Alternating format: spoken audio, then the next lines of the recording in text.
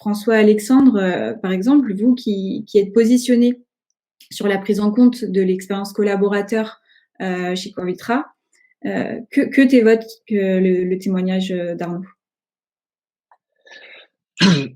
Forcément, il décrit très bien la situation en fait de ce qui se passe. Peut-être que pour bien parler d'onboarding, il faut aussi pouvoir mettre en perspective les choses. La dernière fois, on avait parlé d'expérience collaborateur. Et l'expérience collaborateur, je vous invite à vous projeter vous-même quand vous allez dans un magasin. Mettons que vous vouliez acheter un ordinateur. L'expérience que vous aurez, que vous alliez à Montgallet ou que vous alliez dans un Apple Store, sera pas du tout la même. Et aujourd'hui, quelle est la population la plus engagée dans le marché de l'informatique, par exemple? C'est clairement chez Apple qu'on les trouve. C'est pas forcément neutre. Au contraire, ça fait 10, 15 ans qu'on parle d'expérience client. Et en fait, on s'aperçoit que le collaborateur, c'est la même chose. C'est-à-dire qu'il y a une expérience collaborateur. Et on a un vrai changement, une vraie transformation du paradigme des collaborateurs qui vivent dans cette société d'expérience et qui donc attendent une expérience du même niveau lorsqu'ils rentrent dans une entreprise. Et donc, on voit très clairement dans cet exemple, dans l'exemple de ces processus, que l'expérience collaborateur et l'expérience client suivent en fait le même principe, le même cycle, ce qu'on appelle la symétrie des attentions. Donc, quand Arnaud parle de l'onboarding, il parle vraiment du moment crucial où le candidat, qui normalement, s'il rentre dans l'entreprise, a déjà vécu une expérience à minima satisfaisante pour y rentrer, comme vous rentrez dans un magasin, quelqu'un vous dit bonjour, ça vous donne envie d'aller plus loin. Et bien de la même manière, ici, l'onboarding va être hyper essentiel pour pouvoir engager et fidéliser son collaborateur dès l'entrée dans l'entreprise. Alors bien sûr, c'est un processus qui doit se travailler comme de la même manière qu'on travaille l'expérience client. D'abord, il faut bien se rendre compte qu'il y a un pré-boarding. Il y a le moment avant d'entrer dans l'entreprise. Typiquement, est-ce que la personne est au courant de l'endroit où elle doit se rendre, à qui est-ce qu'elle doit appeler, euh, pouvoir aussi l'engager bien en avant. En France en particulier, où on a des périodes de préavis, par exemple, entre deux emplois. Pendant ces 3 mois-là, comment est-ce qu'on peut réengager ou engager déjà les collaborateurs qui vont arriver? Et puis, le jour J, vous rentrez dans le magasin, voilà, en effet, vous serez plus fidèle et vous aurez plus d'engagement émotionnel avec un magasin si le vendeur vient vous dire bonjour, si vous propose un bon conseil sans être trop insistant, si vous voit pas que comme un portefeuille sur pattes, ça va créer de l'émotion avec le magasin. Bah, de la même manière dans l'entreprise. Si vous arrivez, que vous avez la petite attention qui vous correspond, que vous avez votre ordinateur, que vous savez ce que vous devez faire, que tout est prêt, bah déjà vous avez un a priori positif. À l'inverse, si c'est le bordel, que rien n'est prêt, qu'il faut demander à 5, 6, 7, 8, 9, 10 services des éléments un peu partout pendant la première semaine, bah, clairement, on est en droit, nous en tant que collaborateurs, de la même manière que l'entreprise va se poser des questions sur ses candidats qui arrivent de manière un peu brouillon, et bah, le collaborateur, quand il arrive dans une entreprise un peu brouillonne, il peut se poser les mêmes questions. C'est vraiment un miroir. Et donc, tout au long de ce processus, l'engagement va se créer avec le collaborateur, le lien émotionnel va se créer, et c'est pour ça que chaque étape est vraiment importante. Et puis après, il y a la phase, en effet, dont parlait Arnaud, de monter en compétence.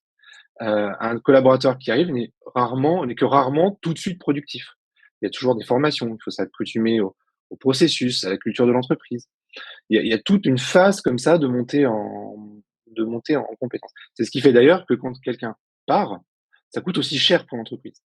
Parce que il va forcément y avoir un moment de biais enfin de biseau, où une personne va partir, elle va être moins productive, une personne va arriver, elle sera pas aussi productive qu'une personne en place. Et puis en plus, on rajoute tous les coûts de recrutement, les cabinets, les ceci, les cela. Donc je reviendrai seulement à la fin, mais c'est cet onboarding aussi, l'optimisation de ce circuit d'onboarding euh, présage aussi des coûts qui sont induits par ce fait et qui viennent compléter les coûts de recrutement. Et alors, quand on se penche véritablement à la situation aujourd'hui de l'onboarding dans la plupart des entreprises, on voit très clairement qu'il existe des larges manières de s'améliorer. Par exemple, voilà, sachez que ça, c'est un chiffre qui vient de tomber il y a une semaine, je crois, ou 2 semaines, qui vient d'être sorti par la dernière étude de Robert Walters. Donc, je me suis permis de la rajouter pour cette saison parce que ça tombait pile poil dans le sujet. Voilà. Donc, typiquement, je parlais de pré-boarding tout à l'heure. Sachez que 35% des candidats ne se présentent pas le premier jour s'ils n'ont pas d'informations suffisantes de la part de l'entreprise en amont de leur prise de poste. Donc, ça veut dire que 35% des gens qui ont été au bout du processus, qui ont peut-être fait 1, 2, 3, 4, 5 entretiens pour certaines entreprises, s'ils n'ont pas été engagés pendant les 1, 2, 3 mois qui précèdent, eh ben, ils partent. Ils viennent même pas. La deuxième chose, c'est ceux qui arrivent. Quand ils arrivent, à quel point leur expérience va être positive, engageante, dynamique ou à l'inverse déceptive. Et là, on voit que 53% des collaborateurs affirment de ne pas avoir reçu de définition claire de leur projet objectif le premier jour. Donc ils arrivent sur leur bureau, ils rencontrent leurs collègues, mais ils savent absolument pas quoi faire. Donc déjà, voilà, c'est un monde flou qui coûte de l'argent à l'entreprise et qui en face est déceptif pour l'expérience du collaborateur. Et c'est encore plus déceptif quand on sait que 49% des gens, quand ils arrivent, ils n'ont même pas leur poste de travail de prêt.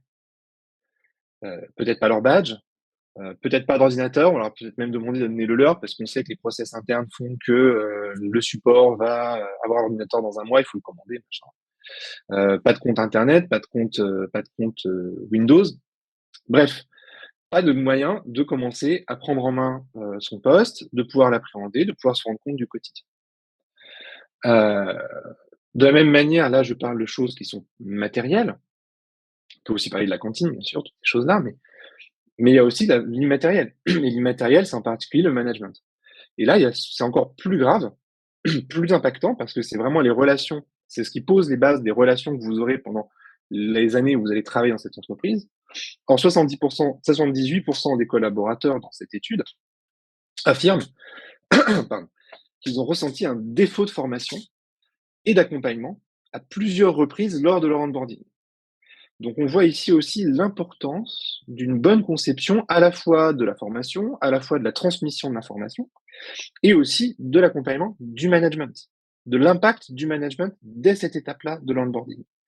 Donc savoir engager, impliquer ces managers dans le processus de l'onboarding est véritablement essentiel pour susciter cet engagement. Et puis, il ne faut pas non plus qu'un processus soit trop long. On dit en général 6 mois pour l'onboarding. En fait, 75% des collaborateurs considèrent qu'un processus d'intégration ne doit pas dépasser 3 mois. Donc, ce qui veut dire qu'en théorie, 3 mois, c'est à peu près la période d'essai. On doit être en capacité déjà d'être, peut-être pas pleinement productif, mais en tout cas d'avoir son poste en main, d'avoir compris avec qui on travaillait, d'avoir compris son organigramme, d'avoir compris ses outils et de pouvoir être pleinement dans le poste. Ce qui laisse encore 1, 2, 3, 4 mois selon les périodes d'essai pour aussi continuer à se jauger. Parce qu'aujourd'hui, la vérité, c'est que avec la tension sur le marché, avec les tensions sur le marché, avec les nouvelles attentes des collaborateurs, des nouvelles générations, hein, les Z n'ont pas du tout les mêmes attentes que les Y, qui avaient déjà pas du tout les mêmes attentes que les générations précédentes. Or, Y plus Z, ils sont majoritaires aujourd'hui dans l'entreprise.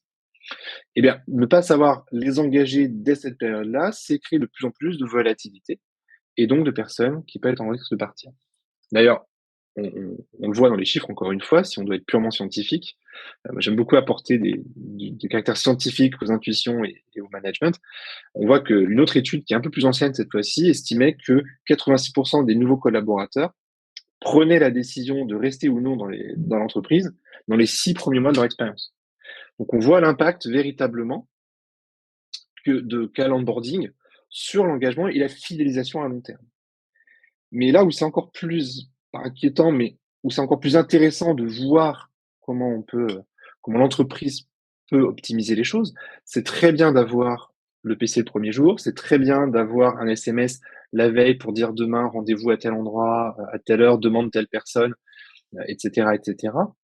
Mais si derrière l'entreprise n'offre pas les conditions, cette fois-ci psychologiques, les conditions d'accompagnement qui suivent, ben on voit que c'est de toute façon, on peut faire le meilleur matériel qu'on veut, ça ne suivra pas. 53% des collaborateurs ont déjà rompu une période d'essai, donc se sont mis en danger aussi, hein, une rupture de période d'essai, c'est quand même quelque chose d'important, parce que les techniques de management ne leur convenaient pas. Et donc là, on arrive à la fois sur la capacité à former les managers, à les accompagner pour qu'ils accompagnent les nouveaux collaborateurs, mais on entre aussi sur le sujet de la culture d'entreprise.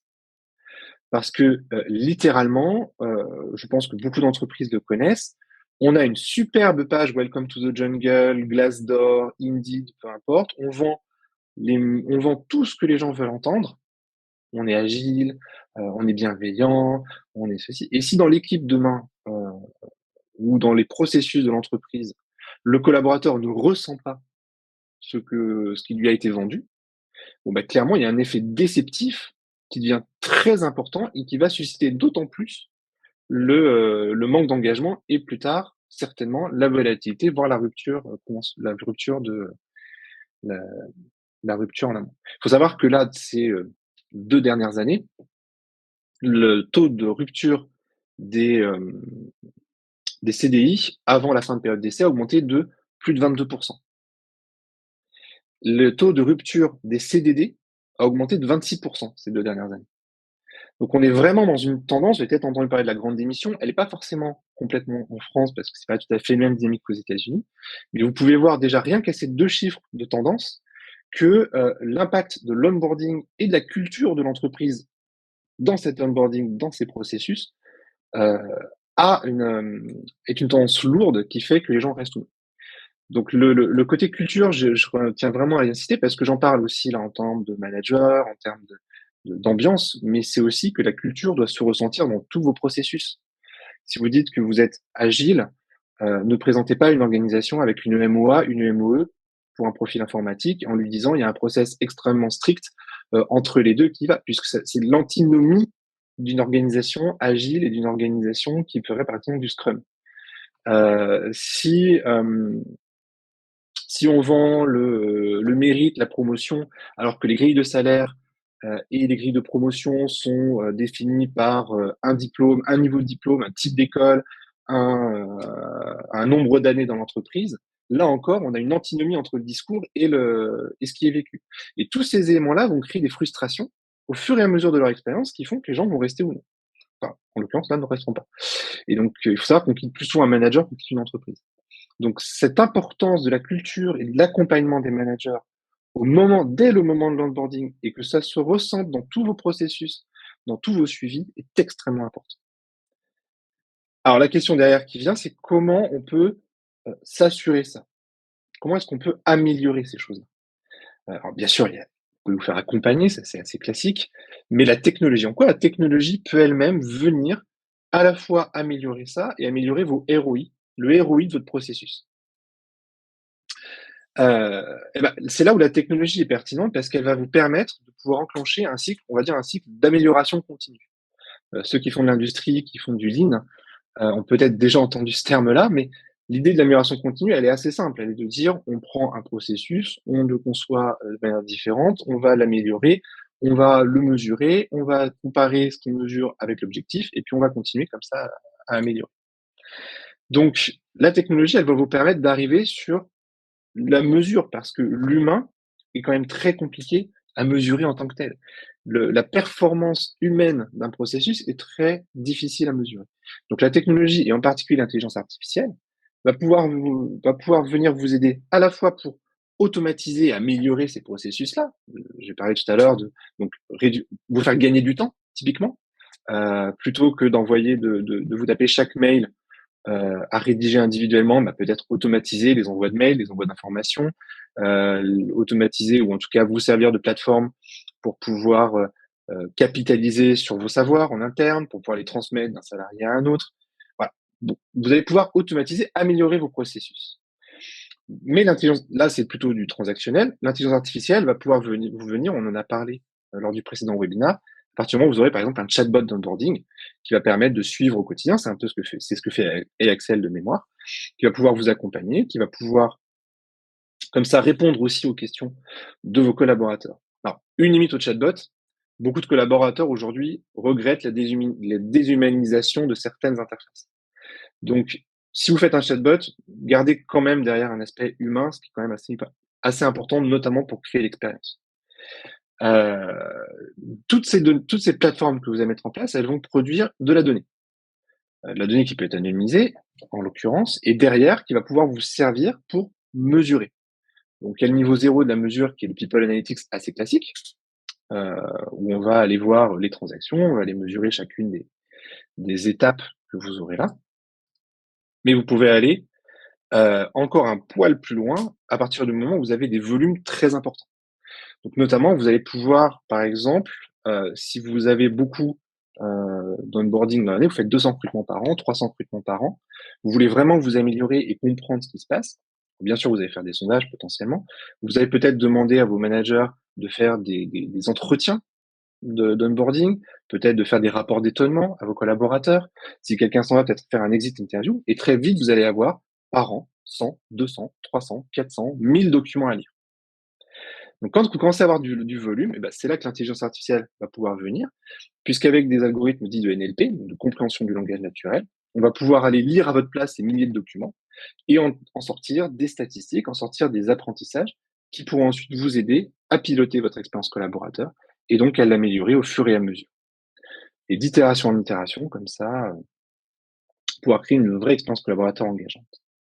Et puis, en perspective, pour aller un poil plus loin là-dessus, en fait, la technologie peut vous permettre d'aller encore plus loin, comme toujours, mais dès aujourd'hui. À savoir que, au-delà de simplement automatiser, mesurer, piloter, elle va vous permettre aussi d'aller personnaliser l'expérience de votre collaborateur en fonction de son poste, en fonction de ses attentes, en fonction même de sa capacité d'apprentissage. Par exemple, on va pouvoir aller, comme Facebook aujourd'hui personnalise le fil d'actualité que vous lisez, vous allez pouvoir vous allez pouvoir aussi pousser plus ou moins les informations intéressantes grâce à des algorithmes. De la même manière, l'adaptive learning, ça va vous permettre, par exemple, de ne pas faire la même formation pour tout le monde, mais de concentrer vos efforts de formation là où la personne en a véritablement besoin. Et surtout, derrière, de pouvoir éventuellement euh, revenir sur les notions qui ne sont pas encore acquises et à l'inverse, sauter les formations, les notions acquises par la personne elle-même pour pouvoir comme ça maximiser le taux de rétention de l'information et donc accélérer encore la prise de compétences lors de la prise en poste. Et puis dernière chose, toutes ces données générées vont encore une fois vous permettre de pouvoir anticiper les choses. Et c'est là où ça devient extrêmement intéressant parce que par exemple, à la fois la NLP et l'anticipation vont vous permettre par exemple de mesurer la culture de votre entreprise entre celle qui est prônée, celle qui est vendue, celle qui est expérimentée. Expérimentée par équipe. Chaque équipe, en fait, souvent a sa propre culture. Et puis derrière, de pouvoir vous améliorer. Et puis le côté anticipatif, ça va être en effet de pouvoir éventuellement prédire les départs, comprendre ou les absentéismes, comprendre quels sont les facteurs dans votre entreprise qui causent ces départs, qui causent cet absentéisme. Nous, c'est par exemple typiquement le genre de cas d'usage avec lequel on a commencé chez Cavitra. On travaille sur la valorisation des données pour maximiser l'engagement et la fidélisation des collaborateurs. Donc véritablement pouvoir anticiper, voire même, si on va encore un cran plus loin, aller accompagner vos managers au quotidien sans avoir à les suivre personnellement au quotidien. C'est-à-dire typiquement pouvoir leur pousser les bonnes actions au bon moment et surtout les actions les plus performantes pour engager et fidéliser vos collaborateurs. Et donc tout ça participe d'un cycle itératif, régulier, qui vont vous permettre comme ça, petit à petit, au fur et à mesure de l'onboarding, de pouvoir engager, créer les conditions de personnes véritablement dans l'entreprise et qui vont pouvoir comme ça devenir des collaborateurs fidèles et engagés et éviter les écueils dès l'onboarding. On voit très bien que l'ajout d'un outil comme ça, voilà, ça fait cet effet waouh, donc ça fait tout de suite, ça crée un lien qui va être important avec le collaborateur. Mais surtout, ce qu'il faut savoir, c'est est-ce que ce lien est effectif ou est-ce qu'il est entre guillemets intuité. J'ai dit tout à l'heure, mettre des chiffres sur les intuitions, je pense que c'est la clé du RH du futur, entre guillemets. De pouvoir aller réconcilier aussi parce que nos organisations sont faites de cette manière, de pouvoir aller montrer des choses pour ensuite pouvoir s'améliorer. On peut pas améliorer ce qu'on peut pas mesurer. Donc, pouvoir, suite à la mise en place d'un outil de ce genre, ou des outils dont j'ai parlé précédemment, pouvoir aller mesurer et mettre ces capteurs-là pour suivre l'adoption de ces outils, pour suivre le taux de satisfaction aux outils, pour suivre aussi éventuellement l'impact de ces outils sur les chiffres, sur le turnover, sur l'absentéisme, sur l'engagement, sur l'INPS. On a tous différents indicateurs de ce genre. Pouvoir aller identifier cet impact, pour aller éventuellement identifier si l'ajout de l'outil a été vraiment quelque chose d'important, ou au final, on a un gain qui est entre guillemets à la marge sur l'engagement, mais significatif, là en l'occurrence par exemple sur la productivité. Voilà, ça va permettre aussi de pouvoir faire des arbitrages et de pouvoir jouer là-dessus. Et puis pour peut-être ouvrir sur la suite, l'onboarding c'est une étape. Et en fait, l'onboarding, là on parle d'un nouveau collaborateur depuis le début de ce live, mais en réalité, des onboarding, vous en faites des plus, beaucoup plus que simplement ceux de vos nouvelles recrues. Car il y a notamment l'onboarding des personnes qui seraient en mobilité. Quand quelqu'un change de poste, son nouveau poste, c'est un onboarding. Ça peut être un nouveau poste dans le même bâtiment, auquel cas il a le même ordinateur, il a les mêmes conditions, donc ça on oublie les conditions physiques. Par contre, il aura bien un nouveau manager, il aura bien des nouveaux savoir-faire à développer. Et donc, on est encore une fois là dans une philosophie d'onboarding. De la même manière, on peut imaginer, par exemple, les retours de congés maternité ou de congés paternité, ou de maladies longues, qui sont aussi l'entreprise, au bout de 6 mois, de 4 mois, 6 mois, 1 an, 2 ans, elle a changé.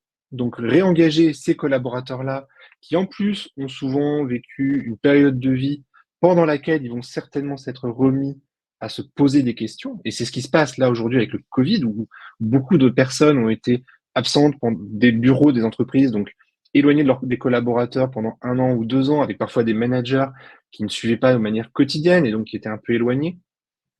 Eh bien, tous ces gens-là, il faut les réengager. Et sinon, aux États-Unis, la grande démission, la première vague de grande démission, elle est liée au fait que les gens se sont posé des questions et que l'entreprise leur a dit du jour au lendemain, revenez dans les bureaux, et que les collaborateurs ont dit non merci. Donc, savoir réengager, savoir comprendre en temps réel, voire anticiper les actions, les attentes de ses collaborateurs et optimiser non seulement l'onboarding au recrutement, mais tout au long de la vie du collaborateur, elle est hyper essentielle. Et puis, en effet miroir, il y a une autre partie de l'expérience collaborateur qui est extrêmement importante, qui doit être également travaillée, c'est l'offboarding. Parce que l'offboarding prépare l'onboarding du suivant, déjà. Donc, il faut pouvoir s'assurer du transfert de compétences. Il faut pouvoir s'assurer que on ait le minimum de pertes de productivité. Donc là encore, l'IA d'ailleurs peut aider en anticipant les vacances de poste pour déclencher, par exemple dans les métiers où il faut plusieurs mois de recrutement, enclencher les actions bien en amont des départs pour pouvoir comme ça s'assurer que l'offboarding et l'onboarding de la personne suivante soient assez fluides et se fassent sans casse. Et puis l'offboarding aussi, il doit être tout aussi engageant que l'onboarding. Pourquoi? Parce qu'aujourd'hui, on fait face à des salariés dits boomerang. Donc, ça va vous permettre de pouvoir avoir un onboarding qui fait que la personne euh, conserve une bonne image de votre entreprise, conserve un fort lien émotionnel avec votre entreprise.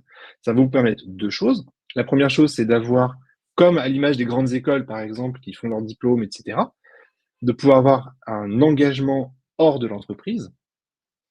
Donc typiquement, peut-être que vos salariés vont aller chez vos clients, donc pouvoir avoir des gens qui ont une bonne image de votre entreprise chez vos clients, bah, c'est peut-être potentiellement demain du deal qui va arriver.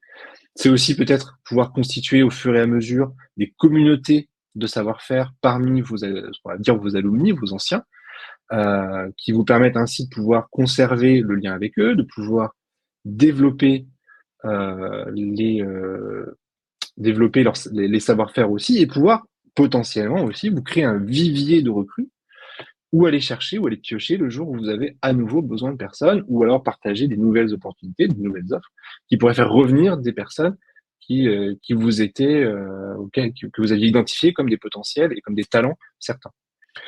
Et donc là, encore une fois, si l'offboarding se passe bien et que vous identifiez des gens parmi vos anciens ou que vos anciens repostulent 4, 5 ans après pour revenir dans votre entreprise, et ben, cet onboarding, voilà, on voit que c'est un cycle qui revient, encore une fois, où on va pouvoir reboucler comme ça sur l'expérience des collaborateurs. Et puis, dernier point, je ne peux pas changer le slide, voilà. Dernier point, là, je parle de grands principes philosophiques, de grands concepts, on va dire, voilà, ok, très bien, mais qu'est-ce qu'il y a derrière? En fait, travailler l'offboarding et l'onboarding, ça a un vrai ROI. À savoir que euh, votre ressource, plus elle reste dans votre entreprise, moins, entre guillemets, elle vous coûte cher, malgré les augmentations de salaire. Pourquoi? Parce que un salarié qui part, on estime que selon son niveau de hiérarchie et de compétences et de tension de marché, c'est entre 40% et 400% du salaire brut annuel. Donc là, par exemple, c'est un petit calcul qu'on a fait sur la base de certaines données qu'on avait eues entre un directeur commercial, un data scientist et un employé qualifié. On voit très bien, notamment pour tout ce qui est société de services à l'informatique, que un salarié qui part avant 2 ans, en réalité, en taux journalier, il a coûté beaucoup plus cher que s'il reste 5, 6, 7, 8 ans. Et là, on a vraiment un pivot à 2 ans de toute façon. Mais on voit que voilà, plus il est élevé en termes de rémunération ou en termes de difficulté, de rareté sur le marché, plus ça va coûter cher. Donc, pouvoir travailler cet onboarding, langage et plus globalement l'engagement, la fidélisation des talents, ça va comme ça vous permettre de faire de nombreuses économies. Donc, je rappelle, économie en termes de temps et de processus grâce à la technologie pour pouvoir vous concentrer sur véritablement votre valeur ajoutée en tant que RH, économie en temps d'argent, parce que vos salariés seront plus fidèles et plus engagés. Je suis dans les temps. Super, merci beaucoup François-Alexandre. Ben, on a un petit peu dépassé, mais Merci à c'est vous. pas grave, c'était intéressant, je pense, pour les participants. Peut-être pour conclure, l'ensemble des échanges qu'on a eus pendant cette conférence ont permis d'illustrer le fait que, paradoxalement, l'outil technologique qui parfois peut sembler effrayant permet finalement de replacer l'humain au centre des attentions, et je pense que c'est ce qu'on retiendra.